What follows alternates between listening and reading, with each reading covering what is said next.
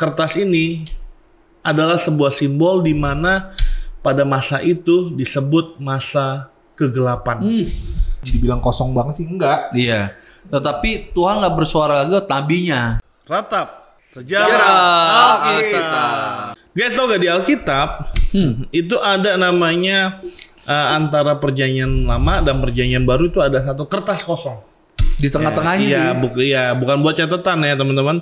Tapi kertas ini ternyata maknanya tuh sangat dalam. Nah, betul Pak. Gitu. Karena kertas ini adalah sebuah simbol di mana pada masa itu disebut masa kegelapan. Atau masa sunyi.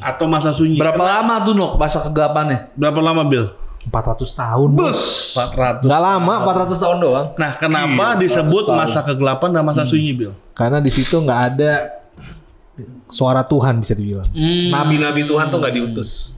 Gitu. Jadi kayak makanya dibilang sunyi. Sunyi. Benar. Gitu. Jadi sebenarnya sesuai dengan satu dulu tadi pagi ya, firman Tuhan adalah terang bagi jalanku dan Pelita bagi kakiku. Jadi dengan katanya kalau Gelap. nggak ada firman Tuhan, Gelap. Iya. Nah, terus kehidupan bangsa Israel gimana tuh? Kan pasti kan masih ada imam, Yes. masih ada ini. Yes. Berarti hancur dong, maksudnya pasti kedampak nih. Oke. Kembali lagi saya pakai sumber dari arkeologi gitu ya. Jadi memang sebenarnya kalau dibilang sunyi, sebenarnya nggak sunyi-sunyi banget sih. Iya. Karena khususnya di bidang politik itu justru banyak pergolakan di bidang politik gitu ya. Karena mulai dari Persia, ada terkait situ pendudukan Yunani, terus pemerintahan Hasmonean sampai pendudukan Romawi. Gitu. Jadi situ tuh sebenarnya kalau di sini dibilang bahwa Tuhan tuh tetap bekerja menggunakan caranya lewat peran bangsa-bangsa asing kepada bangsa pilihan. Jadi tuh justru Persia, Yunani, Romawi itu tuh ada kaitannya memang dengan istilahnya kayak Tuhan tuh bekerja lewat mereka. Iya. Karena memang kalau kita lihat Persia itu kan bahkan Kores aja disebut hambanya Tuhan. Hamba Tuhan. Untuk mulangin bangsa Israel ke Yerusalem. Untuk dan juga ngebangun Bait Allah yang kedua tuh. Setelah dihancurin waktu zamannya Babel ini. Gitu. Jadi memang sebenarnya dibilang kosong banget sih enggak. Iya. Tetapi Tuhan nggak bersuara lagi, nabinya. Betul. Nah, itu yang didefinisikan sebagai suara Tuhan. Yes. Tapi Tuhan tetap bekerja ternyata. Tuhan tetap kerja tapi suaranya aja dia nggak lalai. Betul. Nggak ada yang gawin. Karena kalau dia lalai, kalau dia biarin dia chaos dunia. Iya benar. Iya kan? Iya. Makanya dia tetap bekerja. Yes. Nah, yang perlu diperhatiin itu sebenarnya ada kejadian-kejadian penting nih. Nah itu. Wah, apa tuh? Apa tuh ya kan? Nah, pertama itu mulai ada COVID. Kok iya? COVID aja. Nah, jadi salah satunya itu adalah pembangunan Bait Suci. Nah, itu tuh terjadi yang kedua berarti. Yes, gitu ya. Itu periode 521 sampai 516 sebelum Masehi. Tapi dimulainya dari 537. Iya, 537. Ya kan, ada di Alkitab kan? Iya. Gitu. Nah, terus mulai Septuaginta dan Gulungan Laut Mati. Iya. Gitu ya. Jadi itu istilahnya terjadinya ternyata di era kesunyian itu. Gitu. Iya. Nah, terus ada pemberontakan juga kaum Makabe mungkin kalau tahu ya.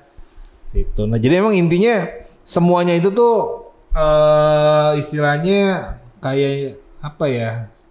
Tuhan tetap pakai lah untuk ada rencana Tuhan di situ gitu, guys. Untuk menunjukkan eksistensi Tuhan tetap ada ya. Tetap bekerja. Tapi, walaupun masa sunyi. Lanjut. Iya, tapi jadi waktu itu sih umat sana jadi bingung juga karena kan Tuhan nggak bersuara. Yes. Nah, karena Tuhan nggak bersuara, semua orang mau bersuara. Semua orang bikin kitab masing-masing.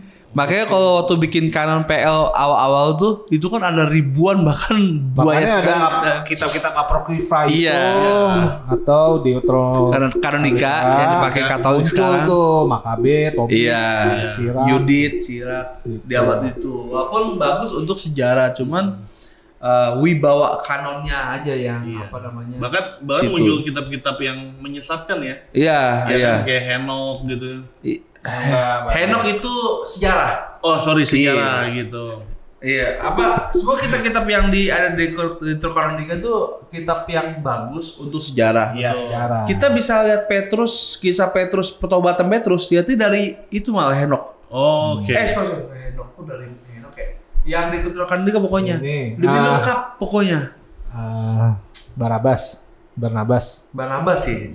Kitab Barnabas. Pokoknya lebih lengkap tuh alasan Petrus bertobat waktu itu. Jadi dari situ cuma memang ya Bapak Kanon lah kalau mau tanya ya tanya Betul. Bapak Kanon pada waktu itu, ya kan? Kenapa bisa menseleksikan itu? Yang pertama adalah ilham Roh Kudus, nah, itu ilhamnya sejarah lah.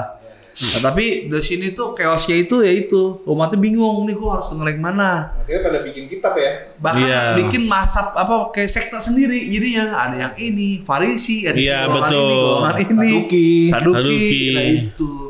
Jadi kalau lihat sejarah bahaya banget nih kalau Tuhan tuh nggak bersuara gitu. Yes. Iya, makanya kalau ada satu gereja kita berdoa untuk Tuhan tuh harus bersuara sama gereja tersebut. Betul. Sangat bahaya kalau Tuhan tidak bersuara apa ya sama diri kita sendiri, kita pasti chaos hidupnya. Betul. Kayak gitu. Nah, kalau lu gimana masa kegelapan itu di IP itu? Ya masa kegelapan ya kalau menurut gue ya benar gitu bahwa sebenarnya yang gue ambil adalah penting banget bahwa kita mendengarkan tuntunan daripada Tuhan gitu loh. Karena kalau enggak ya chaos gitu loh. Iya. Pada akhirnya kan terbukti pada akhirnya di zaman perjanjian baru ada sekte-sekte. Iya. Tetapi mereka itu malah dikecam sama Yesus ketika Iya. Yesus ada kan. Iya. Gitu. Malah uniknya adalah banyak tokoh agama pada zaman perjanjian baru Yesus tetapi Bapa di sorga itu nggak berbicara kepada mereka. Iya, padahal dia berqualified, Iya, berqualified, pinter, dan lain-lain. jago Taurat dan segala rupa. Iya. Tapi tahu gak, Tuhan berbicara sama siapa? Sama Yohanes malah. Iya. Ya kan? Iya sih, gue mikir gitu ya. Kenapa ya kalau seorang guru yang keren sih carinya asisten guru yang keren ya. Orang-orang Farisi ini mah cari nelayan. Iya. Mantan pungut cukai. Betul. Jadi kita bisa lihat Tuhan tuh bisa pakai orang Siapapun. yang mau kali ya. Bukti benar. Bukan orang yang pinter doang. Yes. Karena mungkin yang pinter itu udah nyaman sama hidupnya. Iya. Iya kan? Karena mereka udah jadi panutan. Betul sih. Udah jadi orang pada ke dia nanya tuntunan pada ke dia nggak nanya ke Tuhan lagi kan? Baru Betul. itu kan? Betul. Gitu. Dan- Khotbah bisa berjam-jam tuh di situ. betul. Makanya Gitu. ya sekarang ya yang Tuhan pakai yang mungkin dianggap bodoh sama dunia kan dalam. Iya. That's right. Makanya bagusnya hatinya mau dipakai Tuhan dan pinter. Iya. Jadi dua. Dan dari 12 murid ini ditambah dengan Paulus ternyata jelas menggoncangkan dunia. Mereka. Betul. Gitu. That's right. Jadi pesan paling pentingnya adalah tetap kita harus bertanya sama Tuhan karena suara Tuhan adalah pelita bagi kaki kita. Sampai video berikutnya, milenial. Bapak.